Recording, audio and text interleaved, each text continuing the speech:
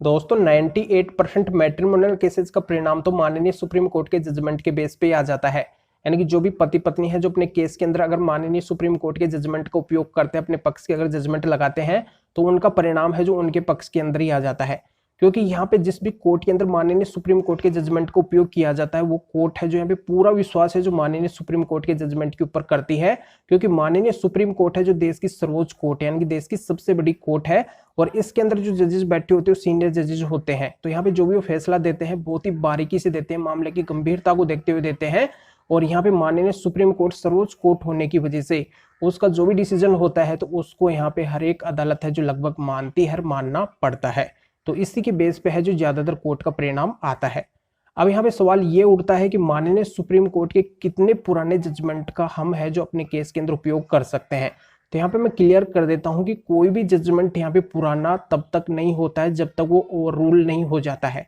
चाहे यहाँ पे वो कितना ही पुराना जजमेंट क्यों ना हो, जब तक वो ओवर रूल नहीं हो जाता है तब तक आप उस जजमेंट का फायदा उठा सकते हैं। तो ये डाउट भी यहाँ पे क्लियर हो गया होगा। अब यहाँ पे 1 महीने की देरी से पत्नी के द्वारा आईपीसी 498 का केस पति और पति के घर वालों के ऊपर करवाया जाता है और उसे माननीय सुप्रीम कोर्ट के द्वारा पूरी तरह से खारिज कर दिया जाता है। और भी कई महत्वपूर्ण बातें हैं जजमेंट के अंदर जो यहाँ पे हर एक पति के काम आने वाली है, यानी कि जजमेंट है जो हर एक पति के लगभग फायदे का है। तो यहाँ पे हर एक पति को अंत तक पूरा वीडियो देखना है, पूरी जानकारी का फायदा उठाना है, क्योंकि ऐसा जजमेंट है जो बार बार आता नहीं है। तो अंत तक बने रहिए। पहले आप इस वीडियो को लाइक कर दीजिए, वीडियो को देखने के बाद में इस वीडियो को शेयर भी करना है। आपके इस चैनल को सब्सक्राइब नहीं किया है तो सब्सक्राइब करके बेल आइकन को भी दबा दीजिए। तो चलिए शुरू करते हैं।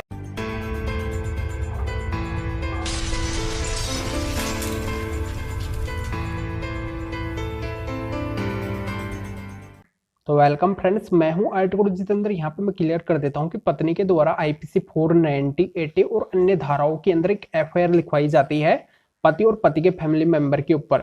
और इस एफआईआर के अंदर है जो पत्नी के द्वारा बहुत ही संगीन, बहुत ही गंभीर आरोप लिखवाए जाते हैं पति और पति के फैमिली मेंबर के ऊपर। आरोप इस तरीके के होते हैं कि लोग हैं जो शादी के टाइम से ही डोरी यानी कि दहेज के लालची रहे हैं।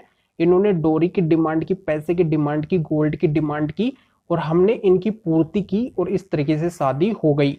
पर शादी होने के बाद में भी इनके रवैये के अंदर बिल्कुल भी बदलाव नहीं आया। मेरा पति तो रोज शराब पीता था, ड्रग्स का सेवन करता था, उसका गलत लोगों के साथ में बैठना उठना था, उसका अन्य औरत के साथ में अफेयर था, उसने अन्य औरत के साथ में शादी कर ली। वो मेरे को रोज प्रताड़ित करता था, मारता पीटता था दहेज को लेके और उसका सारे लोग यानी कि सारे जो भी घर के लोग हैं वो सभी सहयोग करते थे। उसने एक बार तो हद ही पार कर दी। इस तरीके से प्रताड़ना देते हुए मुझे है जो पॉइजन पिलाया गया और पॉइजन पिलाने के बाद में मेरी हालत खराब हो गई।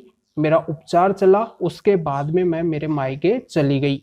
मायके जाने के बाद में मेरे पति पक्ष के द्वारा मुझे मना के वापस लाया गया।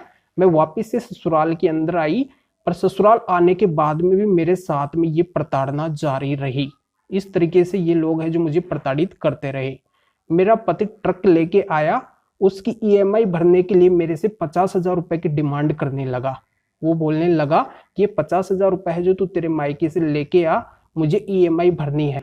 इस तरीके से पति और पति के फैमिली मेंबर रोज मेरे साथ में प्रताड़ना करते थे, डोरी को लेकर मेरा हरासमेंट करते थे और उन्होंने फिर से मेरे को पॉइजन पिलाया। मैं हॉस्पिटलाइज हुई, मेरे फैमिली मेंबर मेरे मायके वाले वहां पर आए, मेरा उपचार चला और उपचार होने के बाद मेरे मायके वाले मेरे को मायके लेकर चले गए और मायके जाने के बाद में मैं ये एफआईआर लिखवा रही हूँ।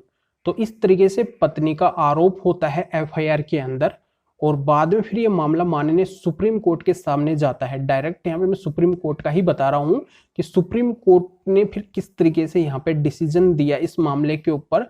सुप्रीम कोर्ट ने मामले को गहराई से देखा और ये पाया कि पत्नी जो शुरुआत के अंदर आरोप लगा रही है कि इन्होंने शादी के टाइम पर ही डोरी की डिमांड की, पैसे की डिमांड की, गोल्ड की डिमांड की। तो यहाँ पे जब ये लोग दहेज के लालची उनको लग रहे थे तो फिर इन्होंने शादी क्यों की? इन्होंने ऐसा कोई एविडेंस विटनेस वगैरह भी डायरेक्टली कोई पेश नहीं किया है।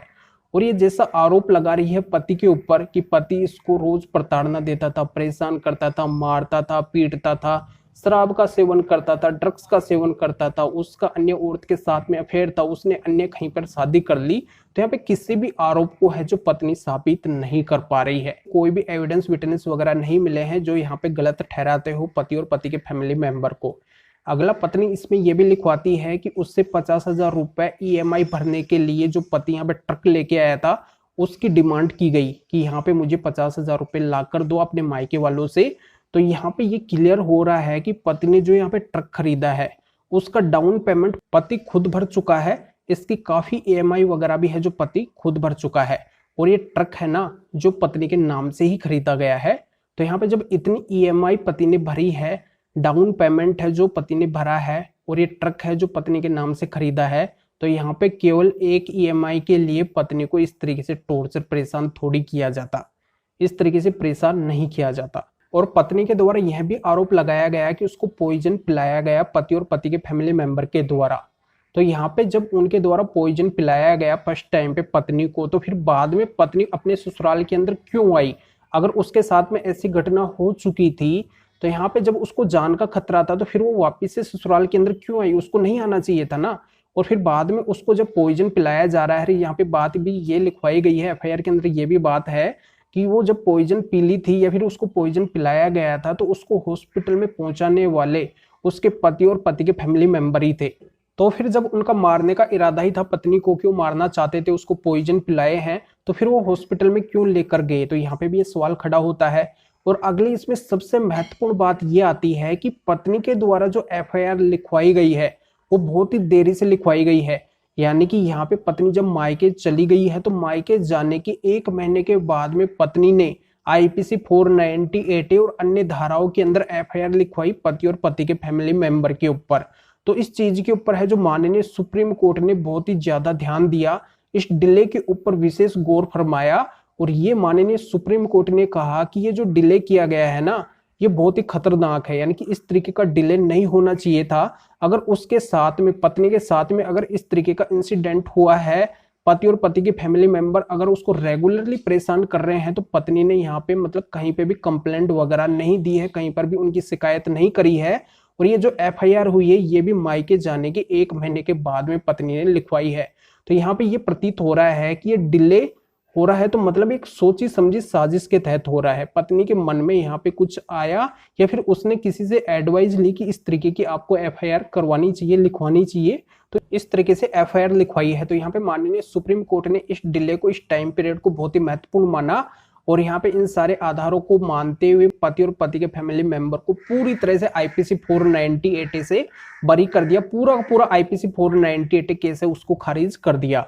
तो यहाँ पे इस जजमेंट की डिटेल आपको इस वीडियो को डिस्क्रिप्शन के अंदर मिलने वाली है। बहुत ही महत्वपूर्ण जजमेंट है, हर एक पति के फायदे का है, यहाँ पे जिनके ऊपर भी IPC 490 का केस चल रहा है। तो आप इस जजमेंट की हेल्प लेके अपने ऊपर लगे IPC 490 केस को बहुत ही कम समय के अंदर खारिज करवा सकते हैं, पूरी तरह से बरी हो सकते हैं। तो फिर आगे मिलेंगे आपसे नए वीडियो नए टॉपिक के साथ में। आप सभी का बहुत बहुत धन्यवाद।